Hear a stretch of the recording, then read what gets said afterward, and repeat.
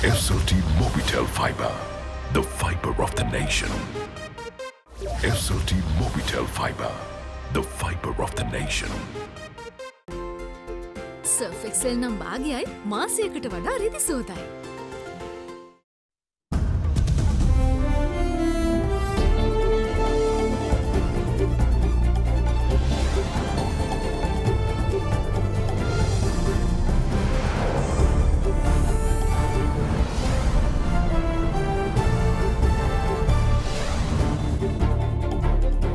Tonight, expansion.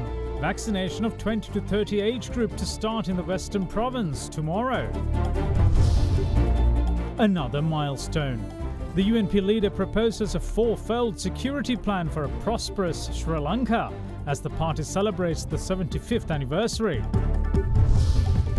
Sneaking up, almost 2 years of living with the pandemic might be taking a toll on mental health. True colours. The Taliban attacks a protesting group of women who are demanding their rights. All that and much more coming up on First at 9. This Sunday, the 5th of September, 2021. දසනකාන්තී චූර්ණය සහිත lever ආයිෂ් දන්තාලේපය දත්වල ඇති ප්‍රශ්න 10ක් වලකයි. From AdaDerana, this is AdaDerana First at 9. Live from Studio 24 in Colombo. A very warm welcome. I'm Indivari Amuatta bringing to you news from across Sri Lanka and around the world tonight on First at 9. Sri Lanka today insists that it is not true to say that the country has no money for imports. Addressing claims in foreign media, the government insisted that emergency regulations were invoked to counter hoardings. Before we bring you that story, let's take a look at the country's pandemic situation and the immunization drive. Now, vaccination of people aged between 20 and 30 years will be opened up to the entire Western Province starting tomorrow. Chief of the National Operations Centre for the Prevention of COVID-19, Army Commander General Shavendra Silva said today that people in the district of Galle too can make use of this opportunity. In undoubtedly what will be a boost to the expansion of the island's vaccination drive, 4 million doses of the Sinopharm vaccine arrived from China this morning. By last evening, over 9.1 million people in the country had been fully vaccinated, with just over 3.5 million awaiting the second dose. The priority of Sri Lanka's vaccination program has predominantly been the country's over 30s. The only exceptions to this age group were those engaged in essential services and those in the tribe forces and health sector. In addition, migrant hopefuls, be it work or education purposes, were the other category granted the exception of getting vaccinated despite the age requirement. However, the Ministry of Health announced plans to expand the drive to those between 20 to 30 years of age on Friday at Hambantota. With that, Chief of the National Operations Centre for the Prevention of COVID-19, Army Commander General Shavendra Silva said that those aged between 20 to 29 years of age in the Colombo, Gampa, Kalutara and Galle districts could get inoculated tomorrow. හෙට දිනේ සිට අවුරුදු 20ත් 30ත් අතර වයස් කාණ්ඩයට Sinopharm එන්නත ලබා දීම මධ්‍යස්ථාන 6කදී සිද්ධ කරනු ලබනවා. උතුරු කොළඹ සුගතදාස ක්‍රීඩාංගණයත්, ජින්තුපිටිය සෞඛ්‍ය වෛද්‍ය නිලධාරී කාර්යාලයත්, මැද කොළඹ ආනල් රත්නායක මාවතේ පිහිටා තිබෙන ප්‍රජාශාලාවේදී, බොරැල්ල කැම්බල් පාක් එකේදී, නැගෙනහිර කොළඹ ශාලිකා ක්‍රීඩාංගණයේ රොක්සි ගාඩන් එකෙත් මේ එන්නත් කරන වැඩසටහන් ක්‍රියාත්මක කරනවා. විශේෂයෙන්ම නැගෙනහිර කොළඹ සහ බටහිර කොළඹ අයට අනිද්දා දිනේ සිට ඊචන් වලින් පුළුවන්. In the meantime, Sri Lanka received its largest vaccine consignment today. 4 million Sinopharm vaccine doses procured as part of the purchase order placed by the State Pharmaceuticals Corporation touched down at the Bandaranaike International Airport. එම ලක්ෂ 40ත් එක්ක Sinopharm පමණක් ලක්ෂ 220ක් ශ්‍රී ලංකාවට ලැබිලා තියෙනවා. හෙට උදෑසන ඉඳන් අපිට දින කිහිපයක් ඇතුළත අවුරුදු 30ට වැඩි සියලු දෙනාට මෙන්නත් දීලා නිමා කරගන්න පුළුවන්කම ලැබෙයි. Meanwhile, the conversation concerning vaccination in some countries has now moved on to the possible need for booster doses. Sri Lanka is also one of those countries. But as far as the WHO is concerned, there is still need for booster doses. Speaking at the launch of a hub for pandemic and epidemic intelligence by the WHO Germany, Dr. Tedros Ghebreyesus said that he has called for a moratorium on boosters for now. Around the world, many countries are still seeing steep increase in cases and deaths. More than 5 billion vaccines have now been administered globally, and almost 75% of them have been in just 10 countries. In low-income countries, most of which are in Africa, less than 2% of the adults are fully vaccinated, compared with almost 50% in high-income countries. Some countries are now rolling out booster doses to fully vaccinated people, when millions of people around the world have not even received their first dose. That's why I have called for a moratorium on boosters, at least until the end of this month, to allow those countries that are furthest behind to catch up. Doses may be necessary for the most at-risk populations where there is evidence of waning immunity against severe disease and death, such as the very small group of immunocompromised people who did not respond sufficiently to their initial doses or are no longer producing antibodies. We call on all countries to eliminate export restrictions and any other trade barriers on COVID-19 vaccines and the inputs involved in their production. A journalist present at the media briefing then brought up a diverse topic, the alleged withholding of the virus information by China. Western countries in particular have been pursuing the anti-China narrative in COVID origin tracing efforts, even though the investigative team of the WHO which went to China did not find any evidence of foul play. Responding to the question, Executive Director of the WHO's Health Emergencies Program, Dr. Michael Ryan, had this to say.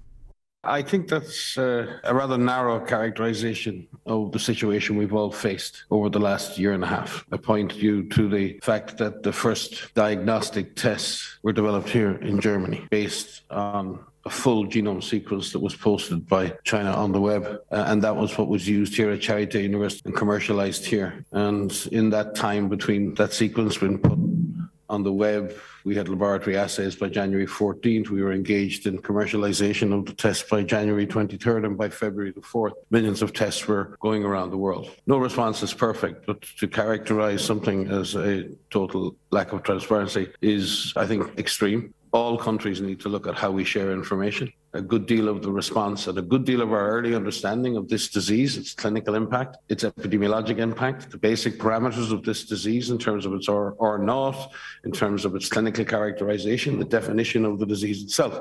Much of that data came from the frontline workers in China and then in other countries.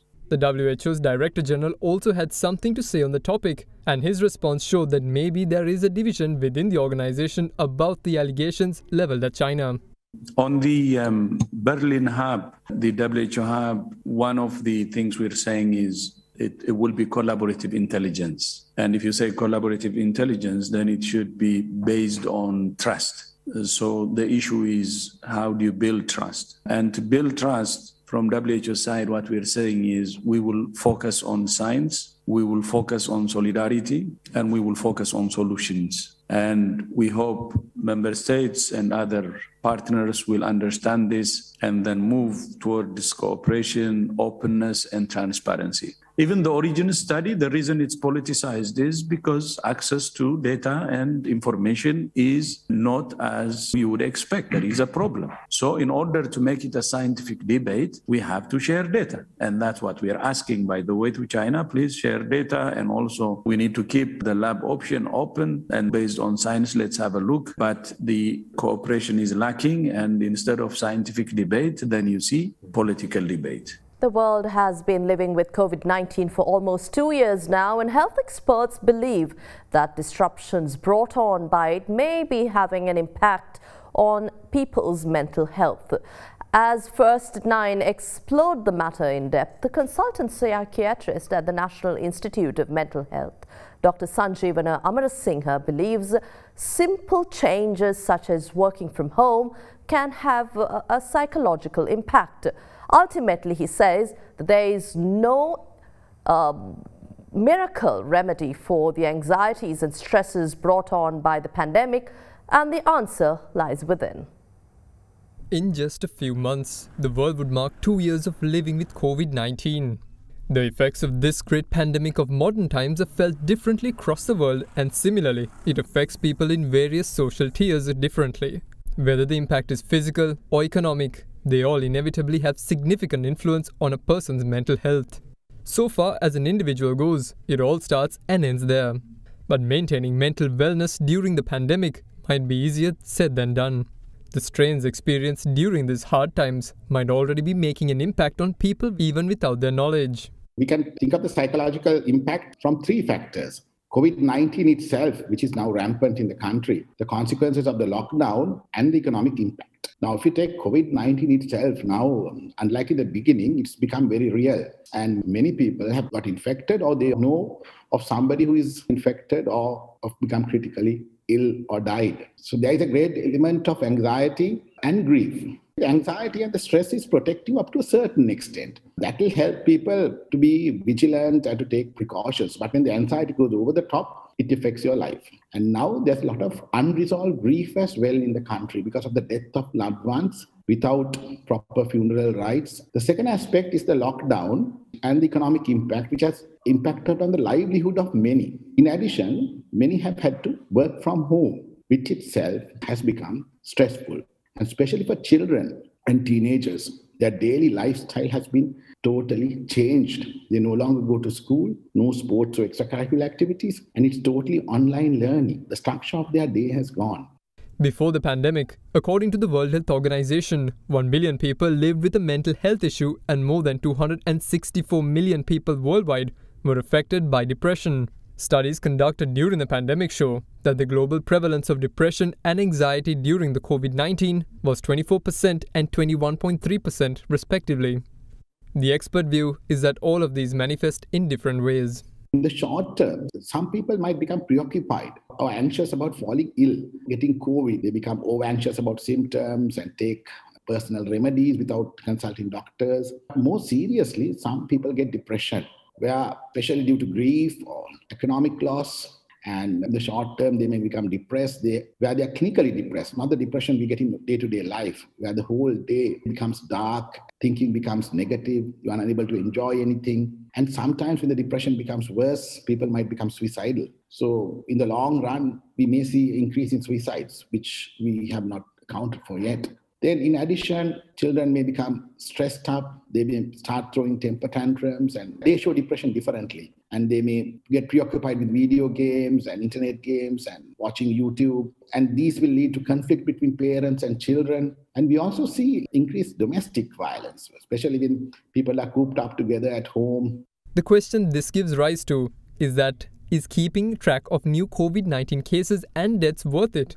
Especially given the negativity this information carries. Does it add value to an average person's daily life? Could the constant updates on the matter have an overbearing psychological impact on the minds of the people? The answer is yes. And the pursuit of too much information in this scenario might not be a good thing for some people. Especially those who are anxious. We do advise them to limit the time that they spend on social media or about searching or reading about the pandemic, because that would lead to unnecessary anxiety. We generally advise them not to spend more than 1 hour searching about the pandemic.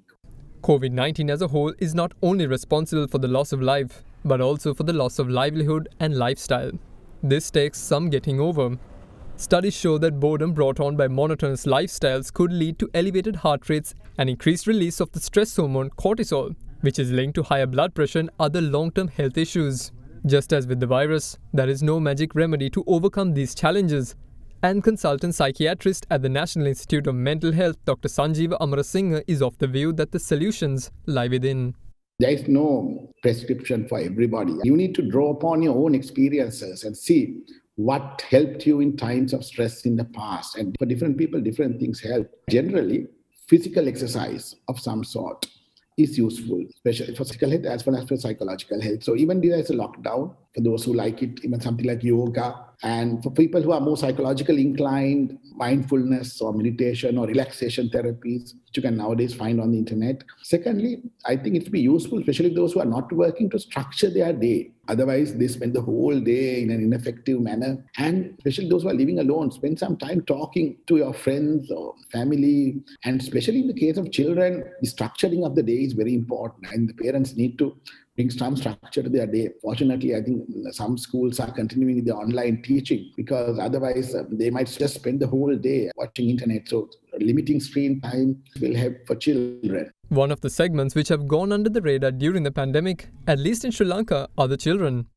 Their thought patterns are different to that of adults, and an unfortunate combination of factors have confined them to their homes. Some parents and teachers have expressed concerns over their offspring's and students' education performance falling off a cliff with the onset of COVID.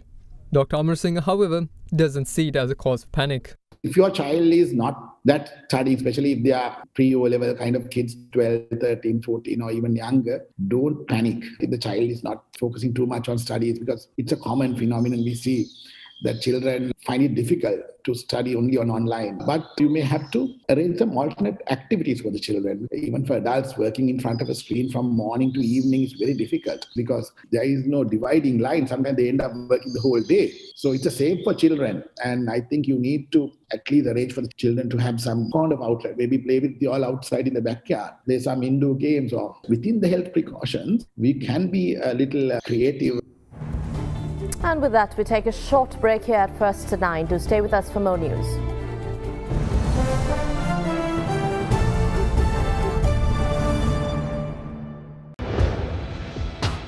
Big 3.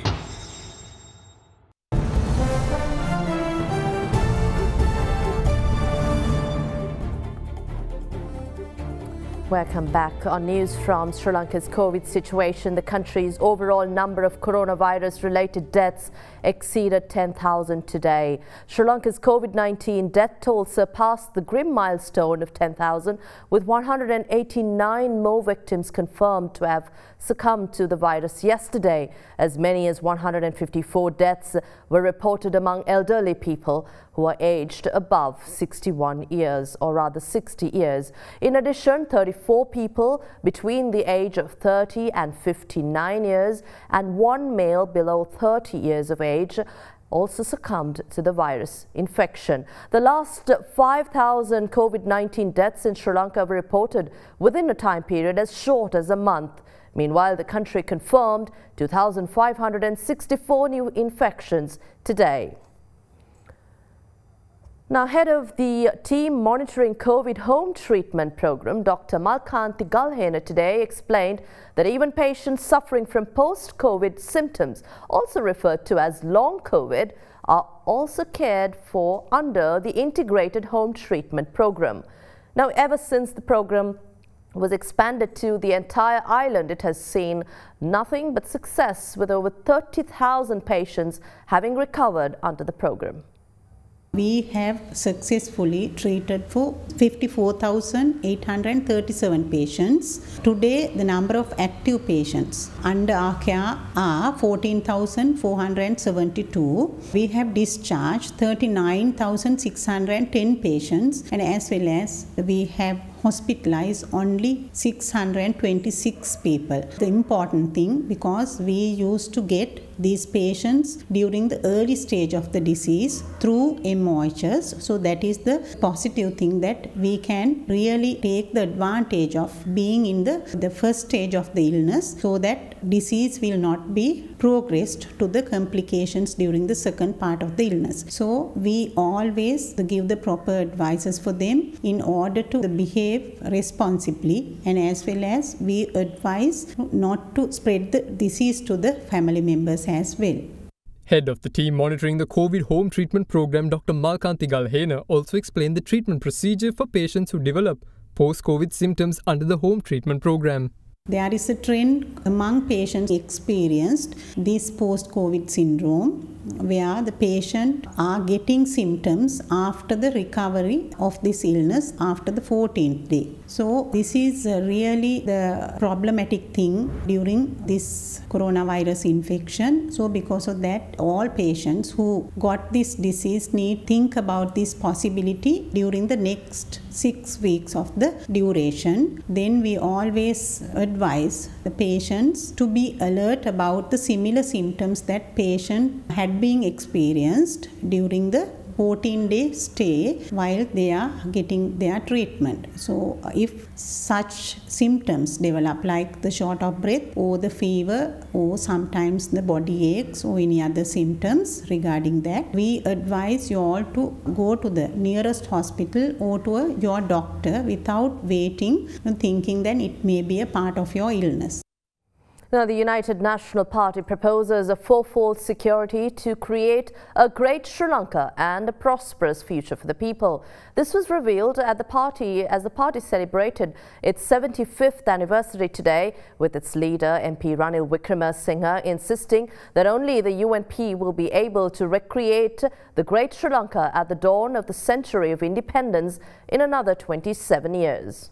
The United National Party was formed on the 6th of September in the year 1946, with Sri Lanka's first ever Prime Minister Mahamanya D.S. Senanayake at its helm. Since then, the party has been led by various prominent figures, including Dudley Senanayake, Sir John Kotalawala, the island's first ever executive president J.R. Jayawardena, Ranasinghe Premadasa and D.B. Wijetunga. Fast forward to the present day, and former Prime Minister Ranil Wickremesinghe is at the helm of the UNP. He has been giving the party leadership since 1994 and is the longest serving UNP leader. He himself has been appointed as Prime Minister of Sri Lanka on a record 5 times, representing the UNP. The UNP is celebrating its 75th anniversary this year under the theme Great History, Great Future. Ladies and gentlemen, welcome the former Prime Minister, the leader of the United National Party, Honorable Ranil Wickremesinghe.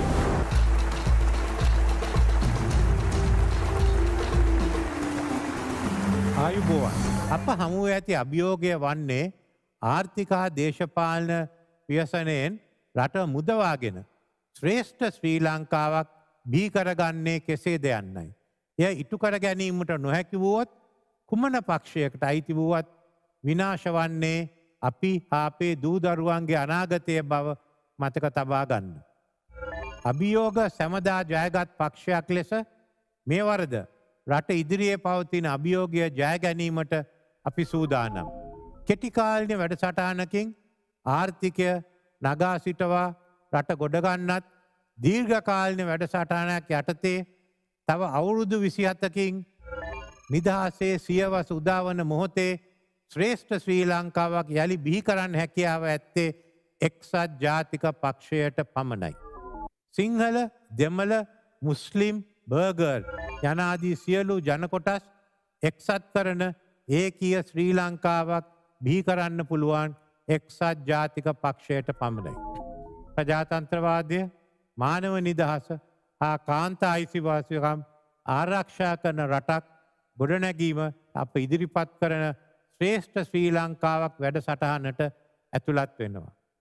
ශ්‍රේෂ්ඨ ශ්‍රී ලංකාව බිහි කරමින් රටට සුබදායි අනාගතයක් උදා කරන්න නම් අපි යෝජනා කරන්නේ 4 වරම් ආරක්ෂාවයි, රැකවරණයයි. පළමු සෞඛ්‍ය ආරක්ෂාවත් රැකවරණයත්. දෙවනුව ආර්ථික ආරක්ෂාවත් රැකවරණයත්. තෙවනුව දැනුම ආරක්ෂාවත් රැකවරණයත්. සිව්වෙනි පරිසර ආරක්ෂාවත් රැකවරණයක් වශයෙන් එය නිවාචනය කළ හැකිය. අපේ වැඩපිළිවෙල කොටස් දෙකකින් සමන්විතයි. එකක් දීර්ඝකාලීන වැඩපිළිවෙල තුළ ශ්‍රේෂ්ඨ ශ්‍රී ලංකාවක් බිහි කිරීම. අනෙක කෙටිකාලීන වැඩසටහන් මගින් රටේ ආර්ථිකය ගොඩනංවමින් ජනතාවගේ ජීවන තත්ත්වය උසස් කිරීමට අවශ්‍ය සහන දීමයි. එක්සත් ජාතික පක්ෂය 75 වෙනි සංවත්සරය පසු කරමින් ඉදිරියට යන්නේ නව පක්ෂයක් ලෙසයි. අපි තරුණ පරපුරට ආරාධනා කරන්නේ අපේ වැඩපිළිවෙලා එක්වී පක්ෂේ නායකත්වය ගන්න කියලයි. We have more news coming your way right after this short break. Do stay with us.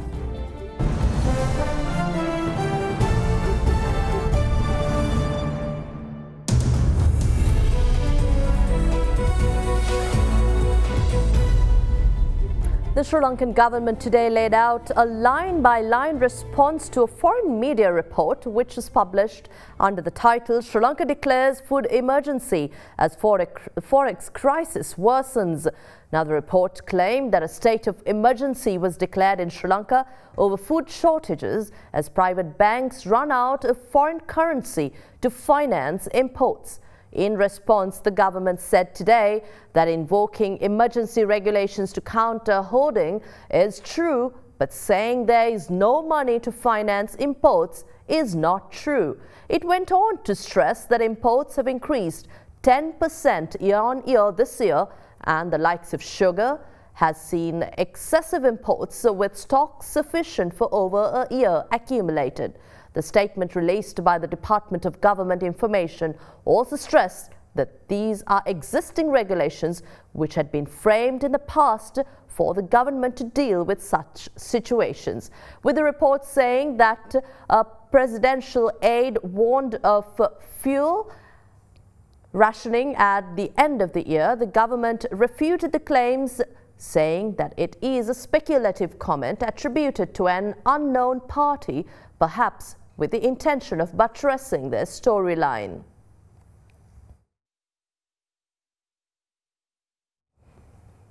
And analysts expect volatility in the Colombo bulls in the coming week, but say that profit-taking could also be seen. Here's a brief look at the week ahead. At the upcoming week, with sizable gain over the last 2 to 3 weeks on a continuous basis, we may see some sort of profit taking or a bit of a slowdown in the market, because there has been continuous gains and a lot of investors are in significant profitability levels, and some are looking at booking these profits. So as they book the profits, there could be a bit of selling pressure that comes by with it. And with that, we feel that there could be a bit of negativity in the market. However, we don't expect significantly high declines overall. There could be some consolidation above the 9,000 mark. But as the profit taking takes place, there's bound to be a lot of volatility in the market that is likely to take place. So we feel that there will be a lot of diversified sector counters with foreign currency exposure that is likely to have a high level of buying interest coming in.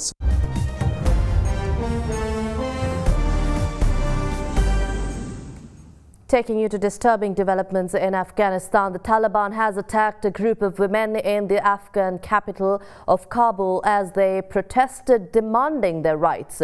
Electric tasers and tear gas had been used by the Taliban to break up the protest, which they say got out of hand.